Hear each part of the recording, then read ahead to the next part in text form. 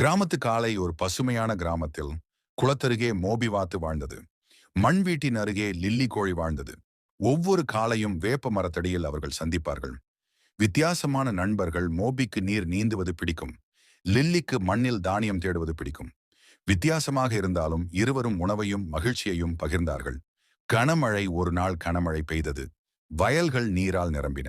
லில்லியின் கூடு தண்ணீரில் மூழ்க ஆரம்பித்தது. மோபி வாத்தின் உதவி. லில்லி பயந்தாள். அப்போது மோபி தண்ணீரில் நீந்தி வந்து, பயப்படாதே, என்னோட வா என்று சொல்லி அவளை பாதுகாப்பான உயரமான இடத்திற்கு அழைத்துச் சென்றது. கடும் கோடை காலம் மாறியது. கடும் கோடையில் குளம் வற்றியது. நீரில்லாமல் மோபி சோர்வடைந்தது. லில்லி கோழியின் உதவி. மோபி வாத்து செய்த உதவியை நினைத்து லில்லி தினமும் தானியம் கொண்டு வந்தது. வாழை இலைகளால் நிழலும் ஏற்படுத்தியது. இதை பார்த்த கிராம மக்கள், எல்லா காலத்திலும் துணை நிற்பதே உண்மையான நட்பு என்று பேசினார்கள்.